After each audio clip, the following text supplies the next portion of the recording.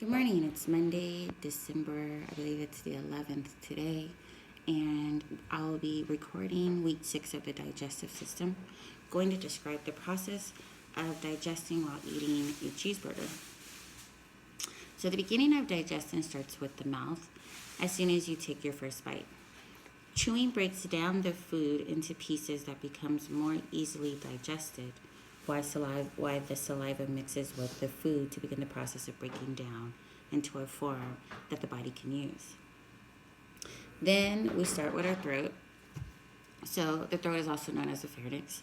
So in this is the next place that the food travels to when we have eaten it, for example, the cheeseburger. Then the food travels to the esophagus, which is a muscular tube that extends from the pharynx to the stomach. And it has these sphincters that opens and closes, or a flap opens and closes, to prevent the backflow of food coming back up in this process. Then you have the stomach. The stomach is a sac-like organ with strong muscular walls. The stomach is a storage place for food, mixer and grinder.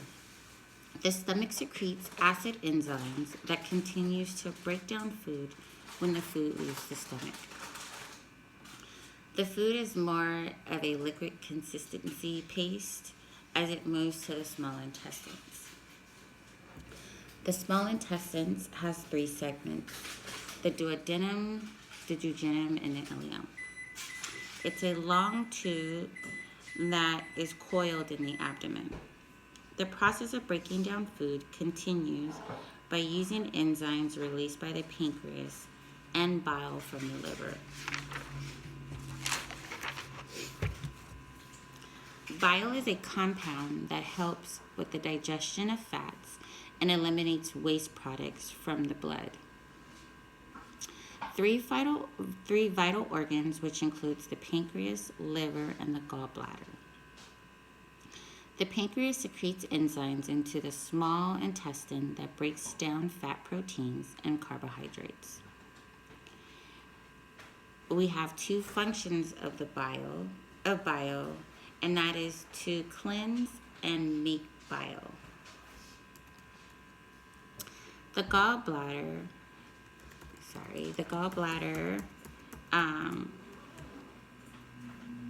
is a pear-shaped reservoir that sits just under the liver and stores bile.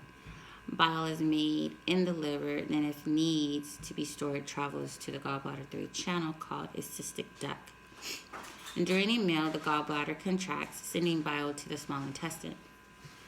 Once the nutrients have been absorbed and left over, liquid has passed through the small intestine. What is left of the food you ate is handed over to the large intestine, or the colon. The large intestine is about 5 to 6 foot long, and it's a muscular tube that connects to the cecum, which is the first part of the intestine, to the rectum. It is made up of cecum, the ascending colon, the transverse colon, and the descending colon, and the sigmoid colon, which is usually like a S shape, which all connects to the rectum.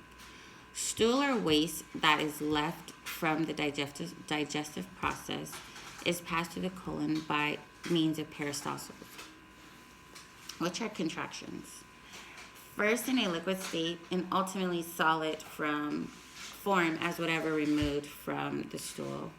A stool is stored in the sigmoid colon until mass movement empties into the rectum once or twice a day. And it normally takes about 36 hours for stool to get into the colon. That's why it's so important for us to eat a high fiber diet and to take lactobacillus so that your stool can form bulky, and so that you're able to have bowel movements every 2 to 3 times a day. That concludes the process of the digestive system. I hope everyone has a great day.